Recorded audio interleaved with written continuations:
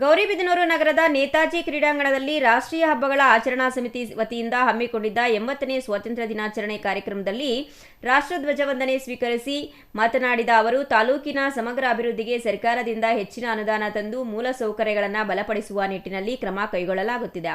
ಕೃಷಿ, ರಸ್ತೆ, ಕುಡಿಯುವ ನೀರು, ಚರಂಡಿ, ಶಿಕ್ಷಣ, ಆರೋಗ್ಯ, ಕ್ರೀಡಾ ಸೌಲಭ್ಯ ಸೇರಿದಂತೆ ವಿವಿಧ ಕ್ಷೇತ್ರಗಳಿಗೆ ಆದ್ಯತೆ ನೀಡಲಾಗುತ್ತಿದೆ.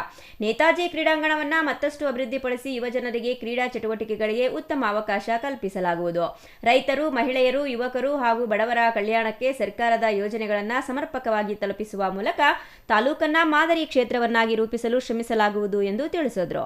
25 ಕೋಟಿ ರೈತರ ಪಂಪ್ಸೆಟ್ಗಳಿಗೆ ಸಮರ್ಪಕವಾಗಿ ವಿದ್ಯುತ್ ಸೌಲಭ್ಯವನ್ನು ಕಲ್ಪಿಸಲು ಟಿಸಿಗಳ ಅಳವಡಿಕೆ ಹಾಗೂ ಬಡವರ ಮನೆಗಳಿಗೆ ನಿರಂತರ ಜ್ಯೋತಿ ಯೋಜನೆಗೆ ಒಟ್ಟು 25 ಕೋಟಿ ಅನುದಾನವನ್ನು ತರಲಾಗಿದೆ. ಈಗಾಗಲೇ 2 ಹಂತದಲ್ಲಿ ಟಿಸಿಗಳನ್ನು ಮೇಲ್ದರ್ಜೆಗೇರಿಸಲಾಗಿದ್ದು, ಇನ್ನು ಉಳಿದ ಟಿಸಿಗಳನ್ನು ಶೀಘ್ರವೇ ಮೇಲ್ದರ್ಜೆಗೇರಿಸಲಾಗುವುದು. ಇದರಿಂದ ರೈತರ ಪಂಪ್ಸೆಟ್ಗಳಿಗೆ ಸಮರ್ಪಕ ವಿದ್ಯುತ್ ಸೌಲಭ್ಯ ಸಿಗಲಿದೆ ಎಂದರು.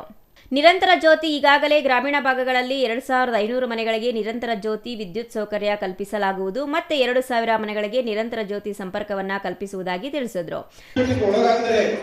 ಒಳ್ಳೆ ವಿದ್ಯಾಭ್ಯಾಸವನ್ನು ಮಾಡಿ ಒಳ್ಳೆ ದೇಶದ ಸದ್ಬಳಕೆ ಆಗಬೇಕು ಅಂತ ನಾನು ಮನವಿ ಮಾಡ್ತಿದ್ದೀನಿ.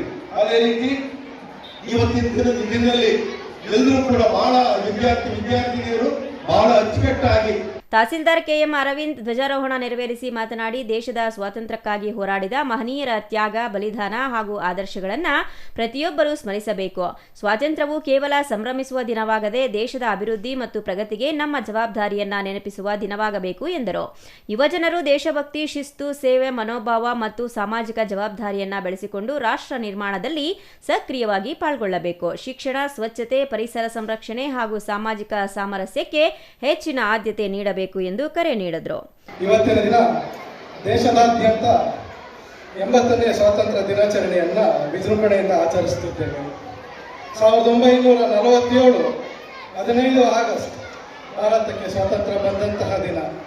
ನಾವು ಅವತ್ತಿನಿಂದ ಇವತ್ತಿನವರೆಗೂ ಏನು ಸ್ವಾತಂತ್ರ್ಯವನ್ನು ನಾವು ಇವತ್ತೆಲ್ಲರೂ ಅನುಭವಿಸಿದ್ದೀವಿ, ಎಲ್ಲರಿಗೂ ನಾವು ಫ್ರೀಡಮ್ ಅನ್ನೋದು ಏನು ನಾವು ಕಾಣ್ತಾ ಇದ್ದೀವಿ, ಅದಕ್ಕೆ ಮುಖ್ಯವಾದಂತಹ ಕಾರಣ ನಾವು ಸ್ವಾತಂತ್ರ್ಯ ಹೋರಾಟಗಾರರಿಗೆ ಸಲ್ಲಿಸಬೇಕಾಗುತ್ತೆ. ಅಂತ ಸ್ವಾತಂತ್ರ್ಯ ಹೋರಾಟಗಾರರು ಬಹಳಷ್ಟು ಜನ 1600ರಿಂದ 1947ವರೆಗೂ ಕೂಡ ಬ್ರಿಟಿಷರ ವಿರುದ್ಧ ಬಹಳಷ್ಟು ಸ್ವಾತಂತ್ರ್ಯ ಹೋರಾಟಗಾರರು ನಮ್ಮಲ್ಲಿ ನಾವು ಕಾಣಬಹುದು.